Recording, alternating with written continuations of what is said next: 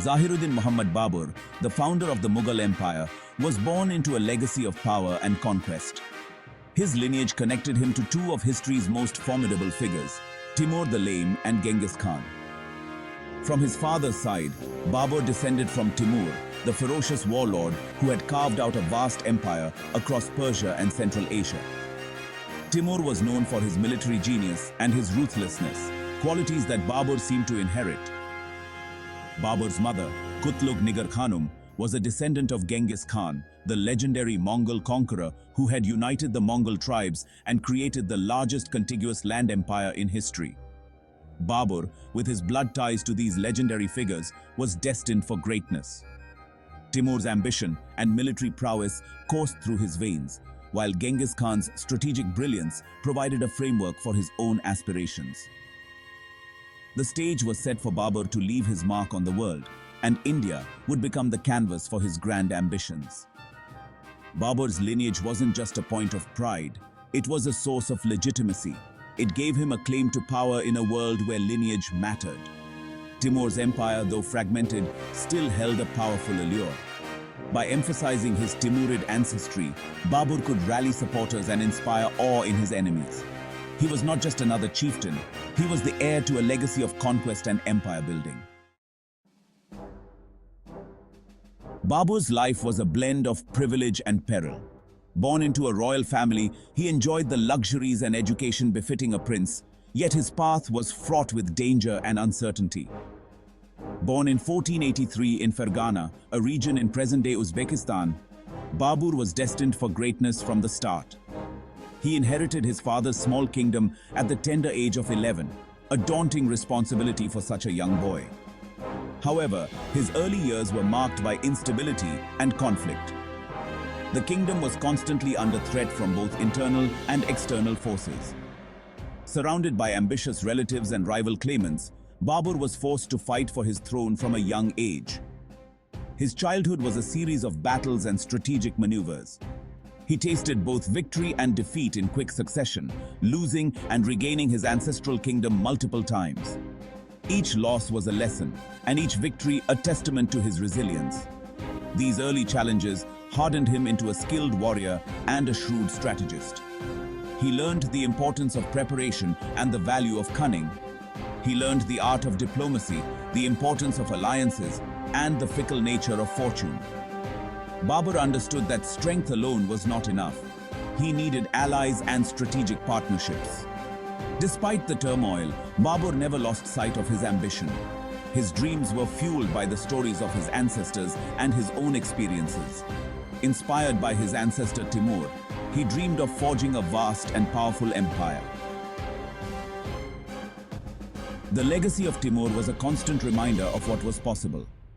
However, he realized that his ancestral kingdom, Fergana, was too small and too unstable to serve as the foundation for his grand vision. He needed a more substantial base to build his empire. He yearned for a land ripe for conquest, a land where he could establish a lasting dynasty. His eyes scanned the horizons, seeking opportunities beyond his immediate realm.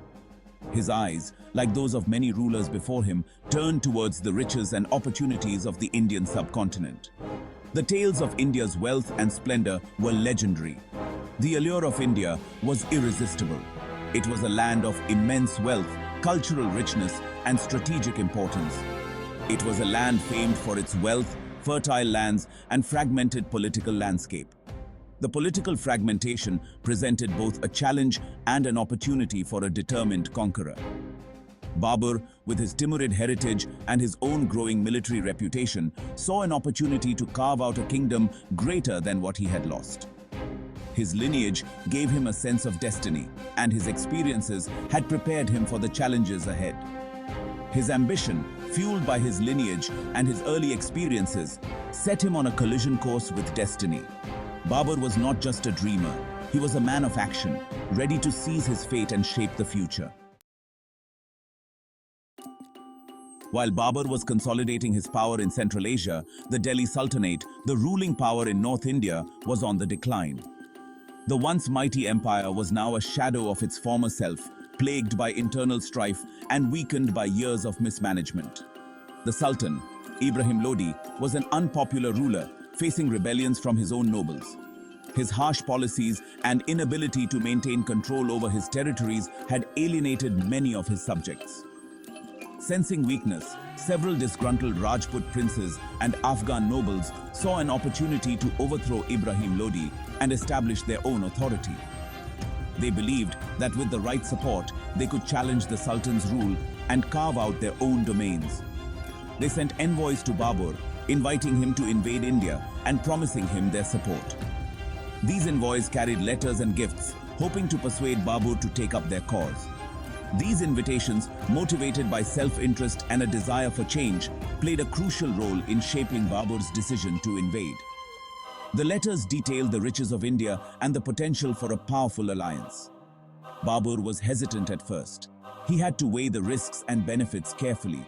He had already faced numerous challenges in Central Asia and was wary of venturing into a new and unfamiliar land.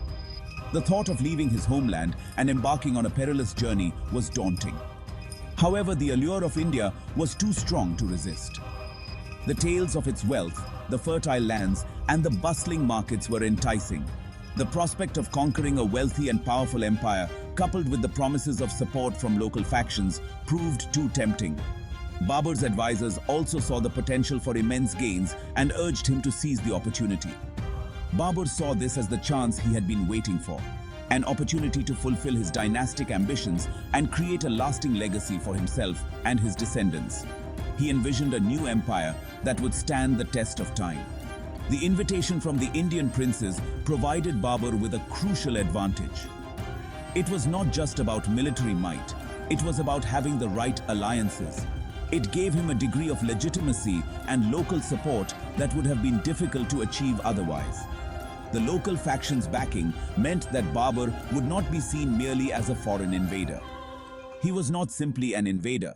He was coming to India at the behest of its own people, to liberate them from an unpopular ruler. This narrative was crucial in winning the hearts and minds of the local population. This narrative, carefully crafted and disseminated, was essential in garnering support for his campaign and justifying his actions. Babur's invasion was thus framed as a mission of liberation and justice, rather than mere conquest. Section 4. The Destiny-Shaping Battle. Panipat and the Fall of Lodi. In 1526, Babur set out from Kabul with a well-equipped army, determined to claim the throne of Delhi. He had at his disposal a formidable force of cavalry, infantry, and artillery, including the innovative use of cannons and muskets, which gave him a significant technological advantage over his Indian adversaries. Ibrahim Lodi, though possessing a larger army, lacked Babur's military acumen and strategic brilliance. He also underestimated the firepower and maneuverability of Babur's forces. The two armies clashed on the historic battlefield of Panipat, a site that had witnessed numerous pivotal battles in Indian history. The First Battle of Panipat, as it came to be known, would prove to be a turning point in Indian history, marking the beginning of Mughal rule and the decline of the Delhi Sultanate. Babur's superior tactics, combined with his army's superior firepower, proved decisive. The Mughal army, using a combination of flanking maneuvers and devastating artillery barrages, routed Ibrahim Lodi's forces.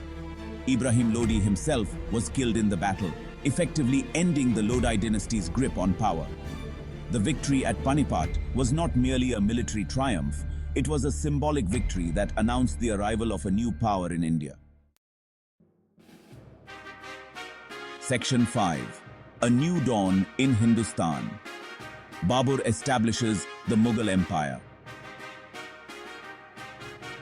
The victory at Panipat opened the doors to Delhi, and Babur, at the head of his victorious army, entered the city in triumph. The streets of Delhi echoed with the sounds of celebration, and the people welcomed their new ruler. He had achieved what he had set out to do: conquer the Delhi Sultanate and establish himself as the preeminent power in North India. This was no small feat, considering the fragmented political landscape of the region. However, Babur was not content with simply holding on to Delhi. He had grander visions for his empire. He understood that to create a lasting empire, he needed to expand his territories and consolidate his power. This required strategic planning and relentless campaigning. He spent the next 4 years engaged in a series of campaigns, tirelessly working to secure his rule. Subduing rebellious Afghan chiefs and Rajput rulers who refused to acknowledge his authority. He faced fierce resistance, particularly from the Rajputs under the leadership of Rana Sanga of Mewar. The Rajputs were known for their valor and determination. However, Babur's military genius and the effectiveness of his army, especially the use of gunpowder weaponry, proved too much for his adversaries. In 1530, at the Battle of Khanwa, Babur's forces decisively defeated Rana Sanga. Babur, exhausted by years of campaigning and suffering from ill health, died at the age of 47. His health had deteriorated due to the harsh conditions of constant warfare. He left behind a fledgling empire that stretched from the Punjab in the west to Bihar in the east, a testament to his vision and leadership, laying the foundation for what would become one of the most powerful and enduring empires in Indian history. His successors would build upon this foundation, expanding and enriching the empire. Though his reign was short-lived, his impact on India was profound. The Mughal architectural style, administrative reforms, and cultural contributions began to take root during his reign.